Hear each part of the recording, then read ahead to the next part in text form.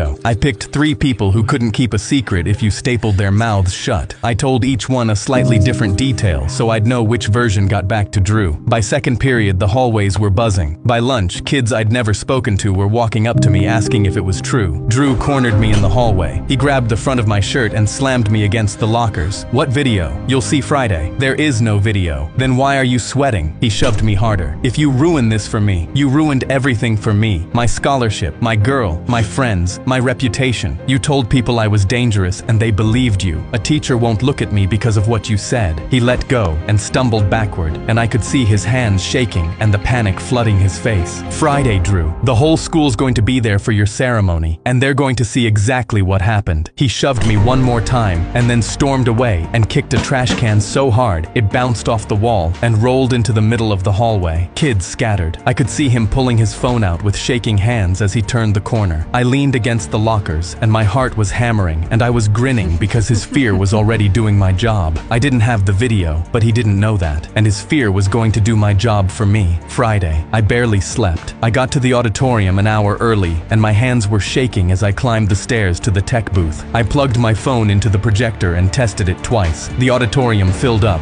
every seat taken. Coach stood at the podium with the scholarship plaque. Drew was in the front row in my jacket looking like he owned the room. My mom was in the back row because I'd asked her to come. I was in the tech booth with my phone plugged into the projector and my hands shaking. Coach started his speech. This year's scholarship goes to an athlete who demonstrated exceptional character and dedication. I could see Drew straightening his jacket from the booth. My jacket. The dread and the determination were fighting in my chest. I pressed play. The screen behind the stage lit up. Not a video of the party, just the texts. Drew's blue bubbles 30 feet wide. Bro, please, I'm begging you. Drew's head snapped around. The room rustled. Take the blame. I will owe you forever. Drew jumped to his feet. His face went white. I'll keep everything warm. I swear on my life. Pure panic took over Drew's face. He charged the stage. He vaulted over the first row of chairs and knocked a girl's bag off her lap and sprinted up the aisle with his face wild. He tried to jump onto the stage and missed and scrambled up on his hands and knees and ran toward the tech booth screaming at the top of his lungs. Turn it off! That's not what happened. I was there, but I didn't. He froze. I was there. Savage triumph flooded through me. The silence was so thick I could hear him breathing into the microphone he'd grabbed off the podium. A girl in the front row whispered, "Oh my God." A teacher stood up.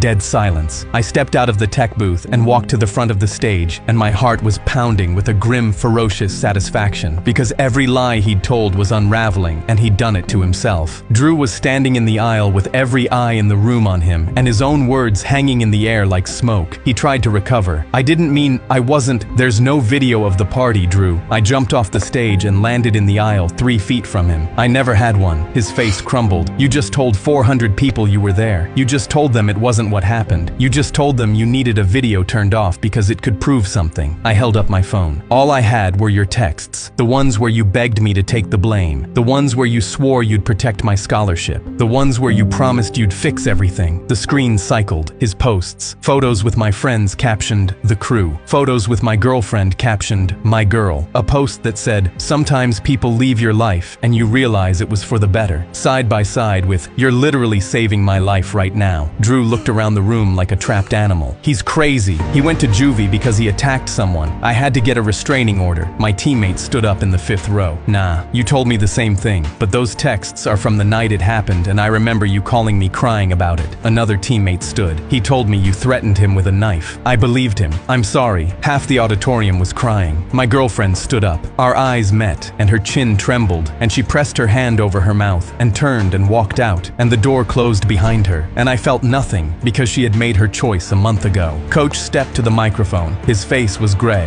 Drew turned to him. Did you assault that student at the party? Drew's mouth opened and closed. Did this young man serve a month in detention for something you did? Drew looked around the room and every face was turned toward him and not one of them was on his side. Did you use his recommendation letters to take his scholarship? Drew grabbed my jacket off the back of his chair and shoved past the entire row, knocking a girl's bag off her lap. He shouldered through the auditorium doors and they slammed shut and the sound echoed off every wall. The projector was still running. His words still glowed on the wall behind the empty stage. Coach walked down from the podium. He bent down and picked my jacket up off the floor where Drew had dropped it, and I was shaking with so much emotion I couldn't name all of it. He folded it over his arm and walked it to me and held it out. I think we need need to have a conversation about that scholarship." He turned to the room. "The ceremony is postponed, effective immediately." He turned back to me. "Come to my office Monday." I took the jacket and my hands were shaking, and I put it on and it still fit. The whole room stood up. The clapping started in the back row and spread forward and built until it was thundering off the walls. My lab partner was standing. The girl who crossed the hallway was standing. My English teacher was standing with tears still on her face. I pressed my face into the collar of my jacket and cried, because a month ago, every person in this room thought I was a monster, and now they were standing for me. I shoved through the auditorium doors and into the parking lot. My mom was there. She saw the jacket, and the relief on her face broke something open in me. She sprinted across the parking lot and crashed into me and grabbed the lapels and smoothed them down with her hands. I told that boy this was yours. I held her and cried into her shoulder. 1 month and a bluff to get my life back, but I was standing in it again.